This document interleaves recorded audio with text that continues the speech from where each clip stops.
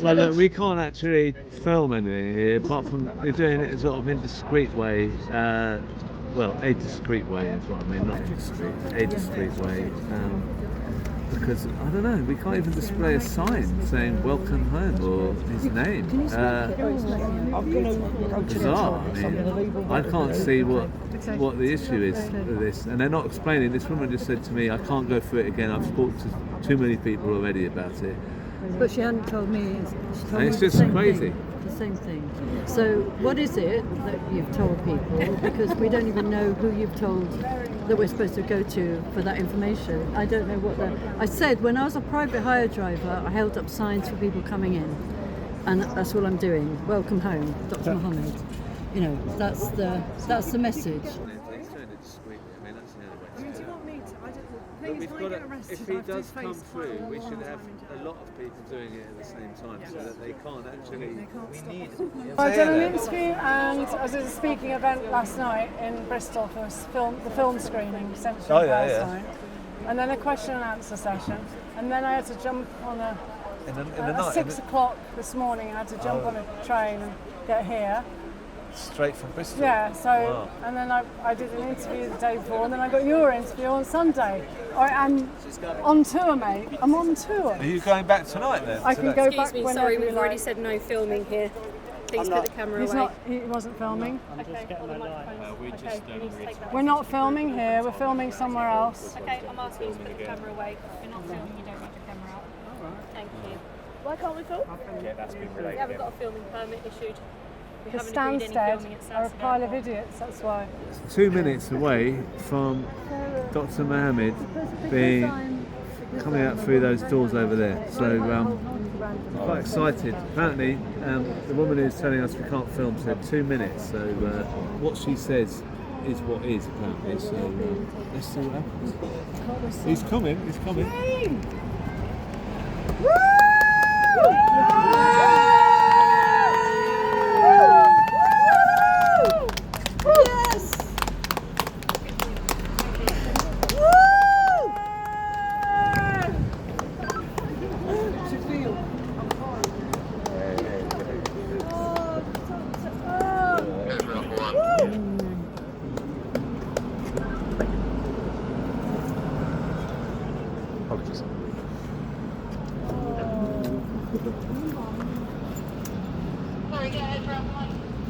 Yeah, so we worried that you wouldn't be able to come out, you'd be detained. How did you feel? Did you think you'd be able to get through? Frankly speaking, I was a bit worried in a way, you know, to be questioned, as in, you know, from where I was. But the reception I had outside, inside it was really good. They were really great. It was very smooth. It was even one of the officers came and tapped on my shoulder saying, "We're proud of what you've been doing." Oh wow! I didn't know how he knew. Honestly, this what happened. Brilliant. This what happened. So and I have to be honest. You know, even the British Embassy, they were fantastic. I've contacted them on Saturday, when the siege was really very tight and the active evacuation and bombing. I thought, you know, if I stay, I'm gonna starve to death or die. So I just time to come out now. It took them about 2 days to evacuate me from Gaza. I had a hotel. I was offered a free ticket back home. Declined it. I was like, do you know what? You know, thanks for everything you have done. So I can't praise them enough. I have to be honest. You know, they've been fantastic. Absolutely. Wow, that's a surprise. We were all thinking all these. I know. I thought exactly the same. You know, I thought, you know, I might get questioned, and I was ready for questions. You know, I haven't been doing anything wrong. I was, you know, and I'm proud of what I've done. You know, I went to the most vulnerable, oppressed people. You know, tried to help them out, and I mean, what was it like when you were out there? I mean, I can't imagine what it must be like. The fear of another drone attack or of some kind of bombing. I mean, was that a constant thought? Did you sleep when you were out there in the night? Sleep does not exist. You can't have a long sleep. You keep waking up. The drones are 24/7. But the bomb shellings is 24/7. We don't even wake up at the bombs as long as it's a kilometer away from you. The most thing that breaks your heart is when you lose your neighbors. I know they're all our family, they're all our people, but there are people that you've spoken with. The last one that happened, it was our neighbor. I know him. His name is Mohamed, God, he was in two halves. His guts, they were just dangling from the first floor into the ground floor.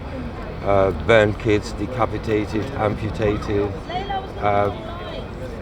And what's even heartbreaking is, the medical condition, you can do it, but because of the lack of facilities, you just have to let them die. And I had lots of circumstances where I had multiple casualties, and you just have to pick which one to allow him to live and which one is going to die, and it is sad, but what can you do with the limited resources, and there's not a lot you can do, unfortunately. How incredible you can see all that and talk about it in such a calm way. I mean, do you feel traumatized, do you think? Do you think you'll need to see someone to talk about what you've seen? With no doubt, it's, what the world needs to know, there are people who are actively dying on a daily basis, and if they're not dying from the bomb shellings, they're dying from starvation. The food does not exist, absolutely zero. I remember the last 1 month we've been walking dizzy on the streets, and one of the things I've been trying to reflect, as I was coming on what happened, and I just realized, the amount of destructions that there, and they ripped out anything green. There are no sheds, it doesn't exist, and people, they just run from one place, they don't know where they're going to. They get evacuated to one spot, and then a couple of hours later or the next day they have to evacuate somewhere else.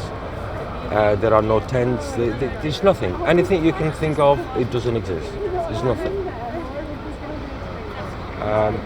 But this is the time to examine people's value and people's principles and all these things that we're talking about, human rights and standing up for justice.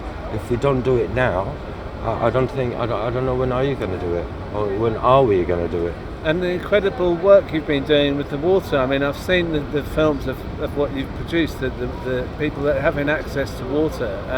Can you tell us how we can help you? I mean, how can we get more support for what you're doing? When I decided to stay, I thought, right, I need to pick only one thing to focus on and dedicate all my time and efforts. And that was the water, purely because I did suffer from hepatitis A, which is quite common in Gaza now because of the contaminated water. So we focused on digging water wells and setting up desalination centers to provide clean water. And it's, in a way, it restores people dignity back, We've done, with you guys' support, we managed to dig about 18. We set up at least 3 desalination centers. We've just finished the last one before I came in. It is a drop in the ocean, but it makes a difference for the people. It helps them to stay alive, basically. I think you will die from thirst before you die from hunger. Alhamdulillah, I'm very proud of what we have done, what we have achieved. I've left behind a really an excellent team that will be continuing the work that we've started. And now, probably now that we're in the UK, probably with the team, we're going to take a step back and reflect and see how we can take it to a next level, inshallah. Incredible. You should have a whole fanfare of trumpets when you come out. It's not right. It's not right.